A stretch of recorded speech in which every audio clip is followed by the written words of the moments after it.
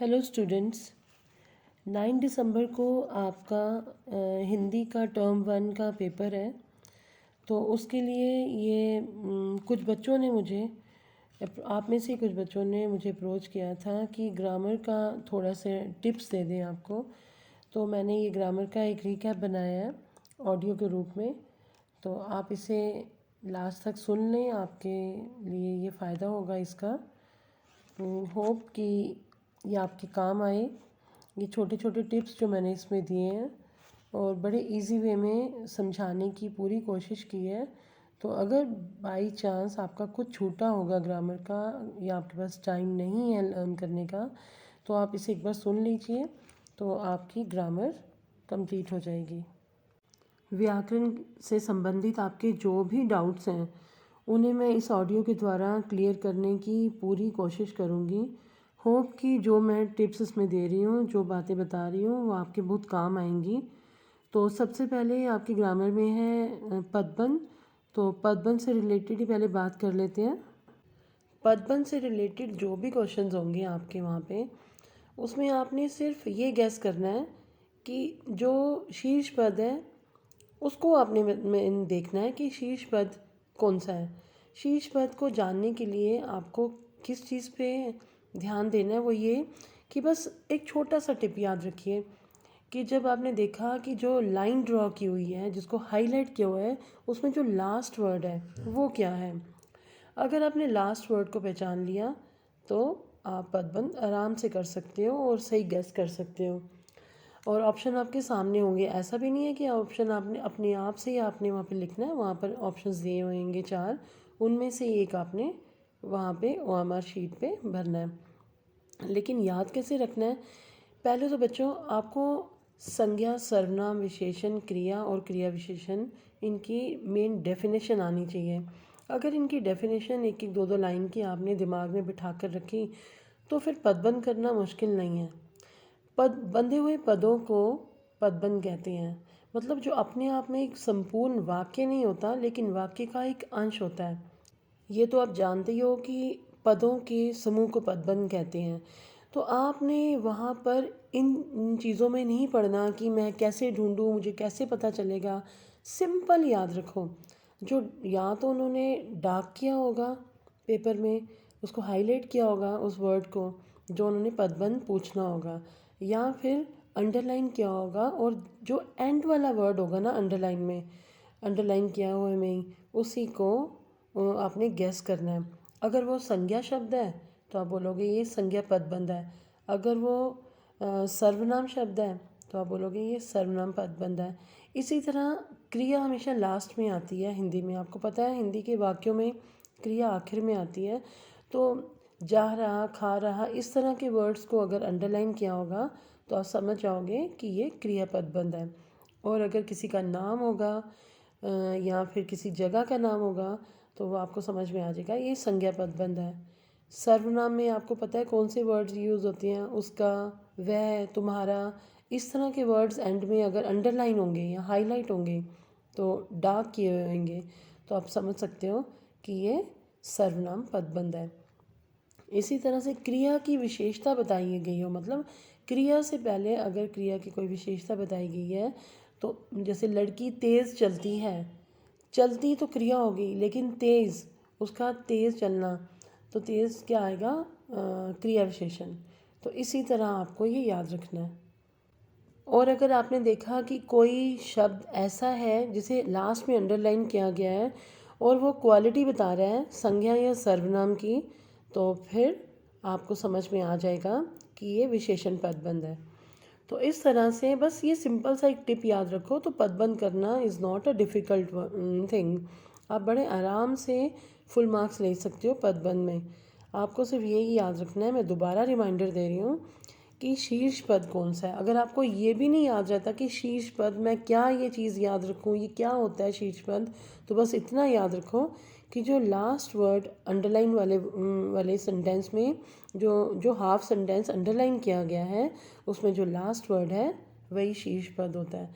तो उसी से रिलेटेड पदबंध होता है। तो वही गैस करके कि ये क्या है, संज्ञा है, सर्वनाम है, विशेषण है, क्रिया है या क्रिया विशेषण है, आप बता सकते हो ये वाला पदबंध है, राइट। तो ये आपका पदबंध हो गया। इसमें अब कोई और टेंशन लेने की ज़रूरत नहीं है, बस इतना ही याद रखिए। कभी कभार बच्चों, बड़ा रेयरली ऐसा होता है कि 1% चांसेस होती हैं कि सेंटेंस ऐसा आ जाता है कि जिसमें कुछ भी हाईलाइट नहीं किया होता, सिंपल बोला होता है इस वाक्य में पदबंध बताइए कौन सा है। लेकिन ऐसा बड़ा कम, 1% मैंने कहा ना, सिर्फ 1% चांसेस होती हैं ऐसा होता है। अदरवाइज़ हाईलाइट किया होगा या अंडरलाइन किया होगा, मतलब डार्क किया होगा या अंडरलाइन किया होगा। तो अगर सपोज करो वो 1% आपको ऐसा कोई एक सेंटेंस आ ही जाता है कि एक छोटा सा सेंटेंस देख के वो पूछ लेते हैं कि इसमें कौन सा पदबंध है, तो घबराना नहीं है। आपने उसको 2 बार 3 बार पढ़ना है, तो अपने आप वो आपको समझ में आ जाता है कि इसमें कौन सी बात को ज़्यादा प्रेफरेंस दी गई है, कौन सी बात है जो आपका ध्यान अपनी ओर खींच रही है। जब उसको 2-3 बार बड़े शांत मन से पढ़ोगे तो आपको समझ में आ जाएगा इसमें कौन सा पदबंध है। ऐसा होगा नहीं, लेकिन बाई चांस ऐसा हुआ तो इसलिए मैं आपको ये भी बात के लिए अलर्ट कर रही हूँ। अब आ जाते हैं वाक्य रूपांतरण पर। तो वाक्य रूपांतरण के अंतर्गत आपको रचना के आधार पर वाक्य भेद आएंगे। तो उसमें आपको क्या करना है, वाक्य परिवर्तन करना आएगा। तो उसमें आपको सरल, संयुक्त और मिश्र वाक्य आएंगे। तो इसके लिए भी छोटे छोटे 1-2 टिप्स याद रखिए कि जो सरल वाक्य होता है उसमें एक उद्देश्य और एक ही विधेय होता है। उद्देश्य मतलब कर्ता, और विधेय मीन्स जो उसके बारे में, कर्ता के बारे में जो कुछ कहा जाता है वो विधेय के अंतर्गत आता है। तो जैसे सब्जेक्ट एंड प्रेडिकेट आप इंग्लिश में करते हो, तो बस इतना सा याद रखिए कि इसमें एक ही क्रिया होती है, एक कर्ता और एक क्रिया होती है। इसमें ज़्यादातर ना जो सरल वाक्य हैं उसमें कृदंत जो है उसका रूपों का प्रयोग होता है। तो इसमें याद रखना है कि इसमें क्या किया जाता है कि क्रिया के साथ जो क्रिया शब्द होती हैं उनके साथ प्रत्यय लगाया जाता है ज़्यादातर। जैसे लिखते, लिख है ना क्रिया शब्द, तो लिखते, या जाकर, जा हो गया क्रिया शब्द, तो इसमें जाकर, खाकर, बस इसका कर लगा जाता है या ते लगा जाता है तो लग जाता है। तो इस तरह से ये वर्ड्स बनते हैं इसमें सरल में। जैसे वे अपना कार्य लिखते सो गया। अब यहाँ वे खाना खाकर सो गया, या वे दूध पीकर स्कूल चला गया। बस इस तरह से सिंपल सेंटेंसेस होंगे सरल वाक्य में। तो अगर इस तरह के वर्ड्स देके पूछा जाए इसमें सरल वाक्य कौन सा है, तो आप बस ऑप्शन में से बता सकते हो कि ये वाला जो है ये सरल वाक्य है। और इसके लिए जो संयुक्त और मिश्र हैं उसके लिए मैं आपके लिए कोई कॉम्प्लिकेटेड नहीं बनाऊंगी इस समय इस वीडियो में। सिंपल सा याद रखिए, बिल्कुल सिंपल सी बात याद रखिए कि समुच्चय बोधक जो होते हैं उन्हें याद करना। आपने समुच्चय बोधक की डेफिनेशन याद करनी है। और समुच्चय बोधक के 2 भेद हैं, समानाधिकरण और व्यधिकरण।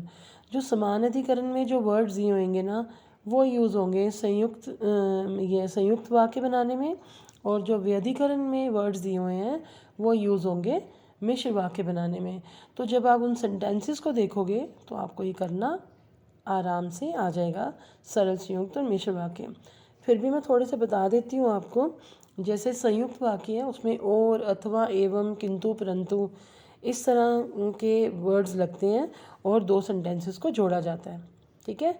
और जो मिश्र होते हैं उसमें थोड़ा पहले में भी के स्टार्टिंग में भी और सेकंड वाले सेंटेंस के स्टार्टिंग में भी कोई वर्ड यूज़ होता है, वो व्यधिकरण वर्ड्स होते हैं। वो किस तरह होते हैं, जैसे मैं देखो बिल्कुल सिंपल वे से बता रही हूँ, अगर इस तरह से भी आपको समझ आ जाए ना तो आराम से आप गेन कर सकते हो। तो मिश्र वाक्य में कैसे, जैसे हम बोलेंगे जैसा करोगे वैसा भरोगे। जैसे जैसा, वैसा, जो, वे, जो पढ़ रहा है वे मेरा भाई है, इस तरह। अब मतलब पहले सेंटेंस के साथ की स्टार्टिंग में भी लगेगा बिगनिंग में, और दूसरे की बिगनिंग में भी वर्ड यूज़ होगा।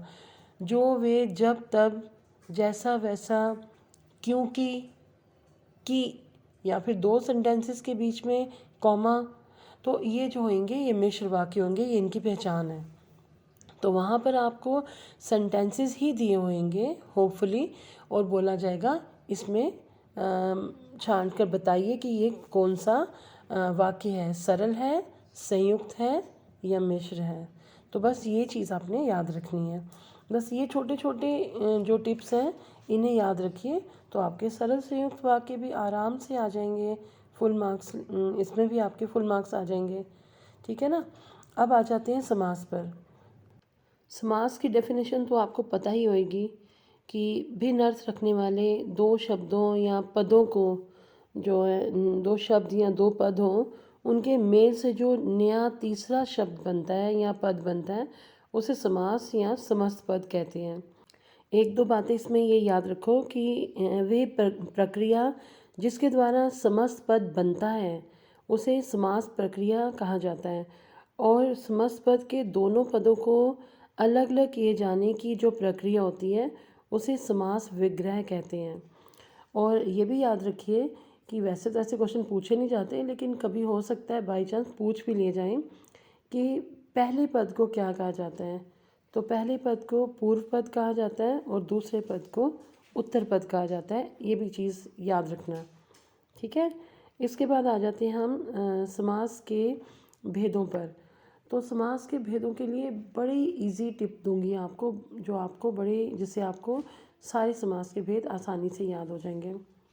पहले अव्ययभाव समास का याद रखो कि अव्ययभाव समास का आरंभ हमेशा प्रति या फिर आ, यथा, बे, बा, प्र ऐसे शब्दों से ही आरंभ होता है। मतलब वो वाले शब्द जो अविकारी हो, मतलब इसका जो पूर्व पद होता है हमेशा अविकारी होता है। तो अगर आपको अविकारी या अव्यय शब्दों के बारे में पता है तो ठीक, तो आप इजीली इनको कर लोगे। अगर नहीं पता है तो भी बस इतना ही याद रखो, यथा, आ, प्रति या बे, प्र, इस तरह के स्टार्टिंग में इसके वर्ड्स लगते हैं। तो ऐसे भी आपको याद हो जाएगा, क्योंकि ये मैं इसलिए नहीं बोल रही हूँ कि मैं आपको आपकी स्टडी से दूर करना चाहती हूँ कि आप नहीं पढ़ो, ऐसा नहीं है।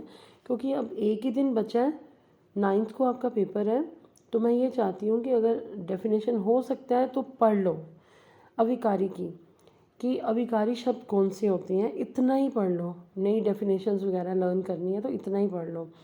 और मेन आपको फिर भी मैं एक क्लू दे देती हूँ कि अविकारी शब्द वे होते हैं जो नॉट चेंजेबल होते हैं, जो एज इट इज़ रहते हैं, जिन्हें चेंज नहीं किया जा सकता। तो आप अब कैसे पता चलेगा आपको कौन से हैं? अगर मैं दो चार बता भी दूँ, जैसे धीरे धीरे शब्द है, ये चेंजेबल नहीं है। मोहन धीरे धीरे चलता है, लड़कियां धीरे धीरे चलती हैं, लड़का धीरे धीरे चलता है, लड़की धीरे धीरे चलती है, शीला धीरे धीरे चलती है, फिर मोहन धीरे धीरे चलता है। आप कोई भी वर्ड ले लो, किसी की भी बात कर लो, पुल्लिंग या स्त्रीलिंग की, धीरे धीरे शब्द वहीं का वहीं है, सब धीरे धीरे चलते हैं। तो हमने वचन बदल के भी देख लो तो भी आपको पता चलेगा, सिंगुलर लगा लो या प्लूरल लगा लो तो भी जो धीरे धीरे शब्द है वो वैसे ही रहेगा, एक वचन या बहुवचन किसी में भी। तो बस इसलिए इसको मैंने कहा है कि थोड़े इसके वर्ड्स पढ़ लो, एक बार इसको स्टडी कर लो, अविकारी शब्द कौन से होते हैं। अव्यय की मेन डेफिनेशन लर्न कर लो तो आपको समझ में आ जाएगा अव्यय भाव समास क्या है। कि इसके अगर वो भी नहीं करना है, आपके पास टाइम नहीं है, इस समय एक ही दिन का टाइम है, और अगर आपने नहीं किया हुआ है तो बस इतना ही याद रखो, अव्यय भाव समास की पहचान ये है कि इसके आरंभ में हमेशा या तो आ लगा होगा, या प्रति, या यथा, या बे, या बा, या प्र, इस तरह के वर्ड्स होंगे ज़्यादातर। राइट। अब इसके बाद आ जाते हैं तत्पुरुष समास पर। तत्पुरुष समास में कारक की विभक्तियों का प्रयोग होता है जब उसका विग्रह किया जाता है। समास का विग्रह करते समय कारक की विभक्तियों का प्रयोग किया जाता है। अब सपोज़ अगर आपने बोला कि अब आप बोलोगे कि मैम अगर वहाँ पर विग्रह नहीं आए और जो ऑप्शंस दिए हुए हैं वो उनमें से चूज़ करना है हमें कि तत्पुरुष समास कौन सा है, तो समस्त पद दिए हुए हैं, तो फिर कैसे जानेंगे? तो अगर आपने एक बार समास को रीडिंग की हुई है तो आप इजीली कर लोगे। जैसे ही आप उसका विग्रह अपने दिमाग में सोचोगे तो कारक का चिन्ह लगेगा, तो आपको समझ में आ जाएगा कि ये तत्पुरुष समास है। उसके बाद हम लेते हैं द्वंद्व समास को। द्वंद्व समास तो बहुत ही ईजी है, इसमें बीच में हाइफन लगा होता है, योजक चिन्ह लगा होता है, छोटा सा चिन्ह लाइन जैसी होती है, जिसे योजक बोलते हैं या आप इंग्लिश में हाइफन बोलते हो। तो अगर वो नहीं होगा तो और लगा होगा, विग्रह करते समय उसके और लगा दिया जाता है। तो और यहाँ पहले इसमें अथवा भी, यहाँ भी लगता था, अथवा भी लगता था, लेकिन अब नहीं, अब सिर्फ और ही लगता है। तो इसको पहचानना बड़ा इजी होगा आपके लिए कि ये द्वंद्व समास है, क्योंकि इसमें योजक चिन्ह का प्रयोग हुआ है। या फिर अगर विग्रह में दिया होगा तो और का प्रयोग हुआ है, तो आप समझ जाओगे कि ये द्वंद्व समास है। हाँ, तत्पुरुष के बारे में एक चीज़ बतानी है और कि अगर आपको सपोज़ वहाँ कोई समस्त पद दिखाई दिया जो अ से आरंभ है, आ से नहीं, अ से, जैसे असत्य, तो इसका विग्रह होगा ना सत्य, या अयोग्य, इसका विग्रह होगा ना योग्य। तो अगर खाली अ से आरंभ हो कोई समस्त पद, तो फिर समझ लेना ये तत्पुरुष समास है, उसे अव्यय भाव समास मत समझना। राइट। देखिए स्टूडेंट्स, मैं आपको एक बार फिर से रिमाइंडर देना चाहती हूँ कि मैं आपको कंफ्यूज नहीं करना चाहती, इसलिए मैं डिटेल में आपको नहीं बता रही हूँ। मैं सिर्फ वही टिप्स दे रही हूँ जो आपके लिए बेनिफिशियल होंगे, जिससे कि आप अपने ग्रामर में मार्क्स गेन कर सकेंगे। तो उसी हिसाब से मैं बिल्कुल सिंपल वे में आपको बता रही हूँ, क्लू दे रही हूँ कि आपको याद रहे और आप अपने मार्क्स गेन कर लो और इजीली अपना ग्रामर पोर्शन अटेम्प्ट कर सको। तो अब आ जाते हैं नेक्स्ट समास पे, द्विगु समास। तो द्विगु समास के लिए बड़ा ही इजी है ये भी। इसमें आपको याद रखना, अगर पहला पद मतलब पूर्व पद अगर संख्यावाची है, गिनती वाला है, तो वो द्विगु समास होगा। बस इतनी सी पहचान याद रखिए।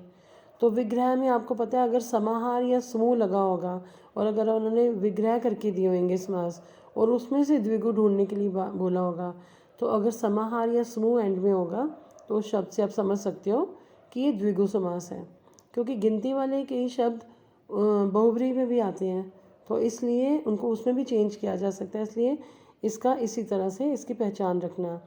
वैसे मोस्ट प्रोबेबली ऐसे ही पूछा जाएगा आपसे कि जैसे पूरा समस्त पद दिया जाएगा और पूछा जाएगा ये कौन सा समास है, तो सामने आपको दिख जाएगा संख्यावाची है पूर्व पद उसका, तो आप समझ जाओगे कि ये द्विगु समास है। बस इतनी सी बात याद रखना कि जो जिस समस्त पद में पूर्व पद संख्यावाची विशेषण हो और एंड में समाहार या समूह शब्द लगे तो वो द्विगु समास होगा। अब कर्मधारय समास के बारे में भी जान लेते हैं बिल्कुल सिंपल वे में, जिससे कि आपको याद हो जाए कि कर्मधारय समास क्या होता है। कर्मधारय समास के याद रखिए कि जो दोनों पद होते हैं या तो वे विशेषण विशेष्य होते हैं या फिर उपमान उपमेय होते हैं। विशेषण आपको पता है क्वालिटी को बोला जाता है, विशेष्य मतलब जिसके बारे में वो क्वालिटी बताई जा रही है, और उपमान उपमेय में भी वही हो गया। उपमान हो गया जिसके साथ उपमा की जाती है, रिजेम्बलेंस की जाती है। उपमेय हो गए जिसकी रिजेम्बलेंस की जाती है, तो जिसके बारे में की जाती है। तो बस वो इतना सा याद रखना है आपको। तो और यहाँ साथ में ये चीज़ भी याद रखिए कि उपमान जो होता है ना, वे विशेषण का ही कार्य करता है और उपमेय जो है वो विशेष्य का ही कार्य करता है। तो विशेषण विशेष्य वाले जो कर्मधारय समास होते हैं ना, इनका जब विग्रह किया जाता है तो विशेषण के साथ है जो पद लगाया जाता है, इसे ऐसे जोड़ा जाता है। सपोज एक वर्ड ले लेते हैं हम, समस्त पद ले लेते हैं महात्मा, तो महान है जो आत्मा, इस तरह। तो अगर उपमान उपमेय का योग हो, जैसे कि रिजेम्बलेंस किसी से की जाए, तो उसके लिए भी एक वर्ड मैं आपको बता देती हूँ उदाहरण के लिए, जैसे चंद्रमुख, तो चंद्रमा के समान मुख। अब चांद के समान चांद के साथ उसके मुख की रिजेम्बलेंस की गई, तो यहाँ पर उपमा की गई, तो यहाँ पर ये कर्मधारय समास है। तो यहाँ पर बस इससे भी सिंपल याद रखना, तो ये याद रखो कि जिसमें कोई क्वालिटी बताई जाए या फिर किसी के साथ रिजेम्बलेंस की जाए, वहाँ पर कर्मधारय समास होता है। बस इतना सा ही याद रखो। अब लास्ट बहुव्रीहि समास के बारे में जान लेते हैं कि बहुव्रीहि समास क्या होता है। तो बहुव्रीहि समास में ना तो पूर्व पद की प्रधानता होती है, ना ही उत्तर पद की प्रधानता होती है। इसमें किसी तीसरे पद की प्रधानता होती है। मतलब तीसरे पद में भी याद रखिए किसी वर्ल्ड फेमस पर्सनैलिटी की बात इसमें होती है। अब यहाँ पर हम एक उदाहरण ले लेते हैं, त्रिलोचन। अब त्रिलोचन शब्द की रचना पर अगर आप ध्यान देंगे तो त्रि तथा लोचन दो शब्दों से मिलकर बना है, जिसका अर्थ है तीन नेत्र। नेत्र मीन्स आँखें।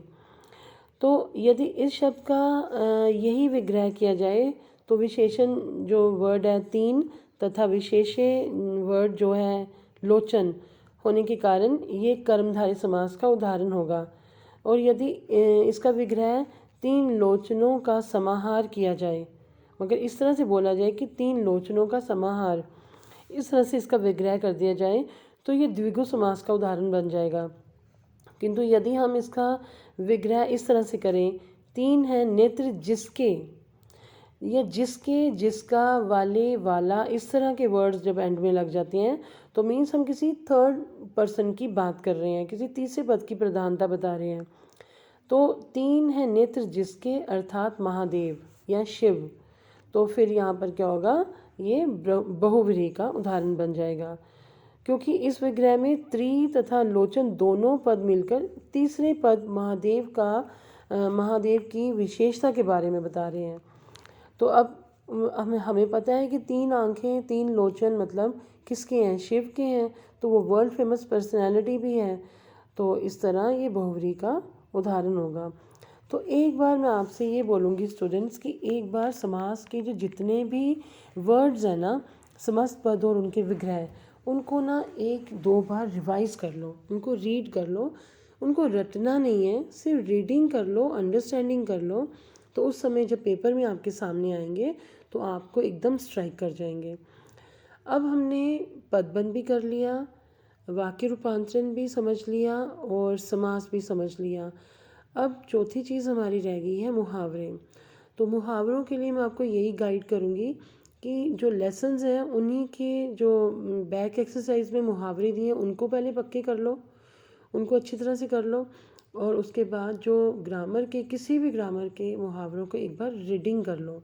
रीडिंग करने से जब एमसीक्यू में आपको पेपर आ रहा है तो आपको, जब आपने एक बार रीड किया होगा तो उनको करना आपके लिए मुश्किल नहीं होगा। आप इजीली एकदम आपको स्ट्राइक कर जाएंगी ये चीज़ें। रीडिंग बड़ी ज़रूरी है, चाहे वो लेसन की हो या उसकी पोइट्री की हो या फिर आपके क्वेश्चन आंसर्स हो। आपको कि हम एमसीक्यू में आना है तो हम सिर्फ क्वेश्चन आंसर को नज़र मार जाती है, नहीं, एक बार उनको भी रीड करो, अंडरस्टैंड करो और सारे लेसन्स की रीडिंग ज़रूर करो, क्योंकि लेसन्स के बीच में से क्वेश्चंस आएंगे। जब एमसीक्यू आएंगे तो कहीं से भी वो पूछे जा सकते हैं, तो लेसन्स की रीडिंग मस्ट है, तो वो भी करो। 9th को आपका पेपर है, 9th of December, and wish you all the best.